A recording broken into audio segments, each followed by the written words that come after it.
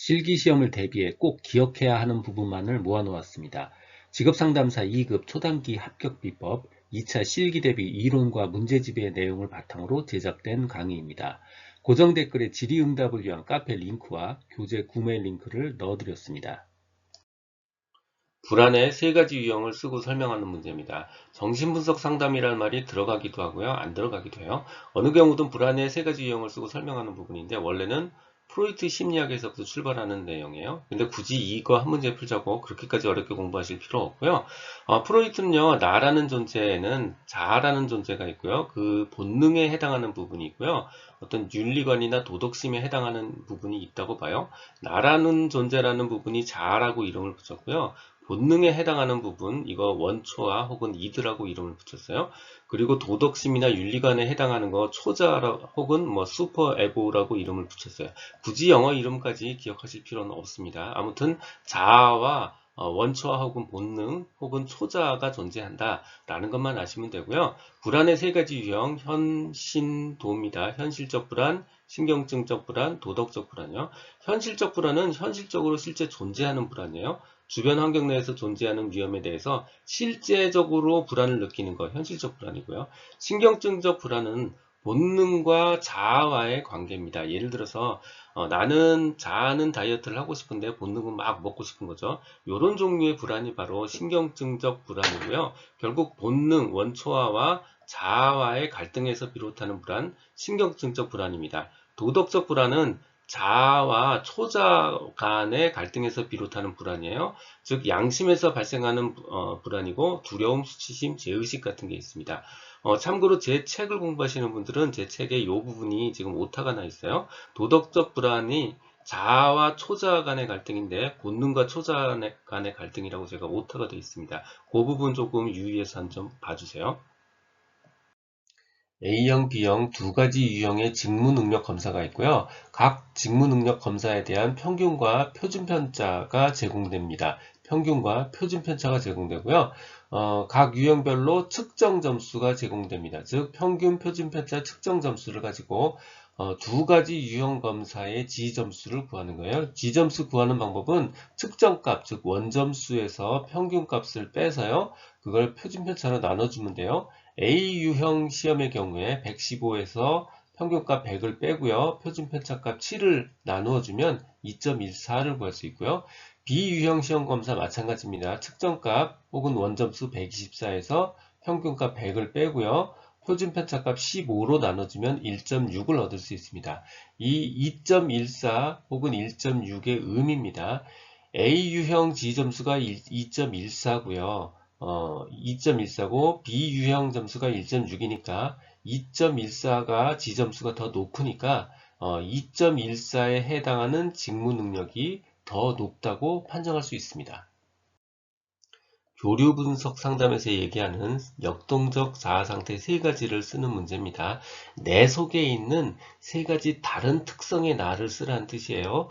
자아 상태 세 가지 기억은 굉장히 쉽습니다. 어버이자, 성인자, 아동자요. 어버이자, 성인자, 아동자. 요것만 쓰셔도 일단 무조건 기본 점수는 받고요. 자, 첫 번째 각각의 어버이자, 성인자, 아동자의 발생 특성에 대해서 한번 정리를 하고요. 그 특성으로부터 만들어진 인지적 특성을 연결해 가면 굉장히 기억이 쉽습니다. 자, 먼저 첫 번째 어버이자요. 부모로부터 물려받은 거예요. 자, 어버이자. 어릴 때 부모로부터 영향을 받은 상태의 자아고요. 부모로부터 물려받았으니까 당연히 가치관, 도덕관 뭐 이런 거에 관련이 있는 거예요. 그래서 주로 개인의 가치관, 그 다음에 가치, 도덕, 신념 같은 데 큰 영향을 미치게 됩니다. 두 번째, 성인자아요. 성이 되어서야 나타나는 자아입니다. 즉 12세 이후에 작동하는 자아고요. 그러니까 당연히 판단, 문제 해결, 조정 이런 거에 해당됩니다. 자, 성인자아요. 12세 이후에 정상적으로 작동하는 자아고요. 첫 번째, 판단, 즉 합리적, 객관적 판단이요. 자, 두 번째는 문제 해결, 문제에 대한 해결책을 찾는 기능, 그리고 중재하는 기능, 즉 중재 조정 기능을 합니다. 이게 성인자하고요. 세 번째 아동자요. 주로 감정에 관련된 자아 상태입니다. 감정이요. 어린아이처럼 행동하거나 감정을 그대로 표현한다. 여기서 어린아이처럼 행동한다는 게 유치하다는 뜻은 아니에요. 즉 감정을 잘 표현한다는 뜻이지 유치하다는 뜻은 아니에요. 자, 어린아이처럼 행동하거나 감정을 그대로 표현합니다. 그래서 창의성, 매력, 기쁨 같은 것을 특성으로 하는 생각과 행동을 발생시키는 역할을 합니다. 다시 어버이자, 성인자, 아동자예요. 듣고 계신 강의는 직업상담사 2급 초단기 합격비법의 핵심 내용 파트입니다. 2차 실기시험은 손으로 쓰여진 것만 점수로 연결이 됩니다. 눈으로 머리로만 공부하면 실패할 수 있어요. 손으로 직접 쓰며 공부해야 한다는 점 기억 바랍니다. 내용은 충분히 설명드렸지만 실제 출제 사례와 내용을 연결하지 못하거나 모범답안 작성에서 감점되지 않도록 교재를 통해서 실제 문제 출제 사례와 모범답안 부분은 꼭 확인해 보시기 바랍니다. 표를 제공하고 빈칸을 넣으라는 문제가 나오기도 하고요. 공공직업정보의 일반적인 특성을 다 써라 라고 나오기도 하기 때문에 결과적으로는 구분점을 외워주고요. 구분점을 외워주고 그걸 두 가지를 비교해서 상대적으로 비교해서 기억하는 게 제일 쉽습니다. 구분점은 정보 제공의 지속성의 측면에서 민간직업정보는 불연속적이고 단속적이고요.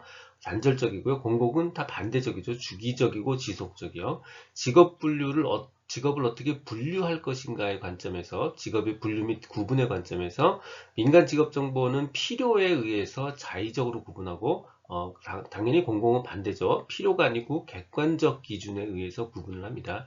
종사 직업의 범위요. 공공 직업은 포괄적이고요.